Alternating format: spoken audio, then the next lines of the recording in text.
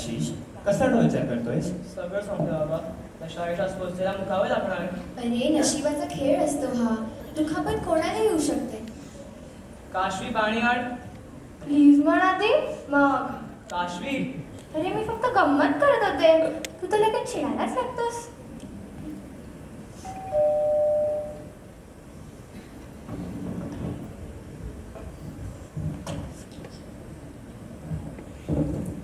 ये ईशा आते.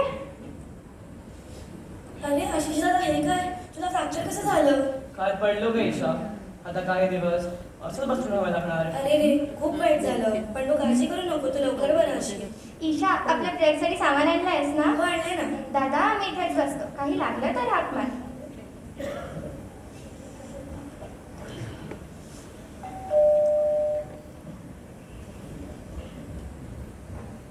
हॅलो काकू, आशिष कुठे? तो आज शाळेत का नाही आला? अरे त्याला लागलंय खूप. जा भेट त्याला.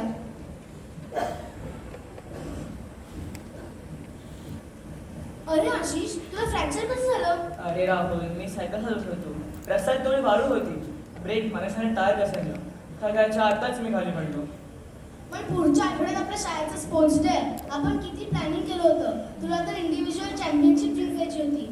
आता तू नसल्यावर आम्ही स्पर्धेत भाग कसा घेणार? रिले रेस मध्ये तुझी सगळं कोण घेणार? अरे त्यावर काही उपाय नाही राहुल. विसरून जा सगळं. अरे आशिष बाळा, अशी हार मानून कसं चालेल? ही तर फक्त शरीराची जखम आहे. ती आज ना उद्या भरून येईलच. पण जर तू मनानं हार मानलीस तर कसं होईल? पण आजोबा, हे धावू शकणार नाही. मग काय फायदा? अरे आशिष, तू मैदानात उतरू शकणार नाहीस हे खरं, पण तुझ्या अनुभवाचं आणि मार्गदर्शनाचं बळ तू तुझ्या मित्रांना देऊ शकतोस की नाही? आशिष, आबा बरोबर बोलत आहेत. खऱ्या खेळाडूची की तो किती वेळा पडतो यावरून नाही, तर पडल्यावर तो पुन्हा किती जिद्दीने उभा राहतो यावरून होते.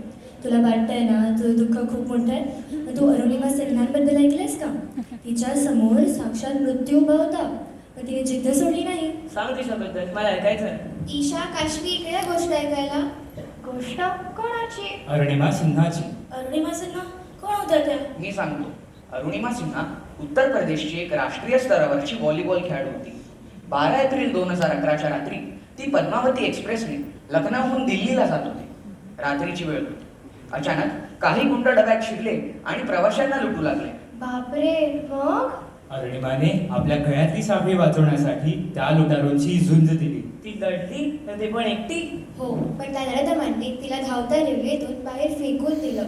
आई ग, किती वाईट. दुर्दैवाने ती त्या रुळावर पडली आणि समोरून येणाऱ्या ट्रेन खाली तिचा डावा पाय चिरडला गेला. रात्रभर 49 ट्रेन तिच्यासमोरून गेला, पण रात्रीच्या अंधारात कोणालाच कळले नाही ती तिथे पडली आहे. बापरे, मग? सकाळी तिला दवाखान्यात नेलं, पण तिथे भूल द्यायची सोय नव्हती. तशाच शुद्धीवर असलेल्या स्थितीत डॉक्टरांनी तिचा पाय कापला.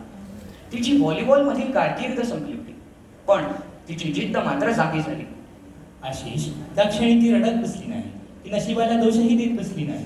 उलट तिने त्या वेदनेत हे ठरवले की ती जगातील सर्वोच्च शिखर माउंट एव्हरेस्ट सर करेल. काय? एका पायावर? हे कसं शक्य आहे? तिने बच्चेंद्री पाल यांच्याकडून प्रशिक्षण घेतलं. प्रशिक्षण घेऊन सुद्धा तिने शिकल कसं केलं असेल?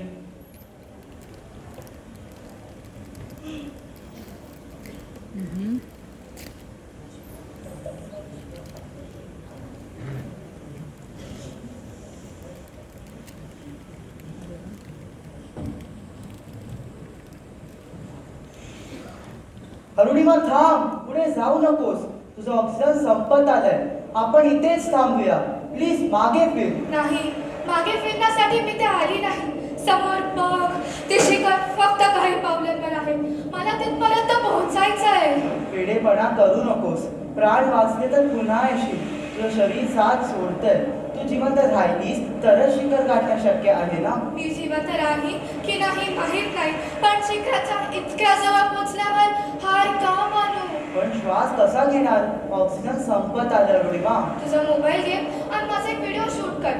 जर माझा श्वास इथेच थांबला तर व्हिडिओ जगापर्यंत पोहोचव. त्याला एवढंच सांग, एक मुलगी होती, त्याचा पाय कापला गेला होता, पण ती बेदरकार मात करत प्रत्येक क्षणाशी झुंज देत शेवटच्या श्वासापर्यंत लढत राहिली. अरुणिमा, आजवर मी अनेक गिर्यारोहक पाहिले, पण तुझ्यासारखी निडर व्यक्ती पाहिली नाही.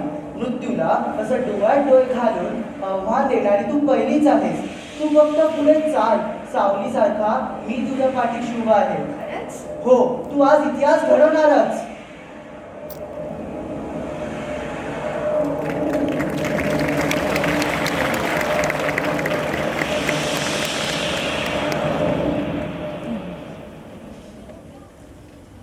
उतरताना तिला नरक यातना होत होत्या. तिचा हात फ्रॉस्टबाईटमुळे काळा पडला होता आणि त्यातच तिच्याकडचा ऑक्सिजनचा साठाही पूर्णपणे संपला. मृत्यू समोर उभा होता, पण ती थांबली नाही. रक्ताळलेल्या पायाने आणि प्रत्येक श्वासासाठी चाललेल्या संघर्षात ती फक्त पुढे बघत होती. शेवटी तो क्षण आलाच. जिद्दीच्या जोरावर तिने जगातील सर्वोच्च शिखर सर केलं. लक्षात ठेवा मुलांनो, शारीरिक अडथळे हे फक्त शरीरापुरतेच मर्यादित असतात. इच्छाशक्ती, मेहनत आणि आत्मविश्वासाने ते सहज पार करता येतात. आता मला समजलंय अरुणिमा सिन्हा आणि यांच्यासारख्या अनेक जणांनी सगळ्यांना संधी मानली, त्यांच्या कर्तृत्वाला माना समजेल. मग तू पण स्पोर्ट्स डेला येतोयस ना? नक्की मी शाळेत येणार आणि तुम्हाला प्रोत्साहन पण देणार. राहुल, या वर्षी ट्रॉफी तुझी, पण पुढच्या वर्षी माझी, बरं का? वा आशिष, तू आता विश्रांती घे, पण तुझा जोश असाच कायम ठेव. दादा, आम्ही पण येऊ का त्या स्पोर्ट्स डेला? प्लीज म्हणा ती. प्लीज. मंजिल उन्हीं को मिलती है जिनमें सपनों में जान होती है. पंखों से कुछ नहीं होता, हौसलों से ही उड़ान होती है.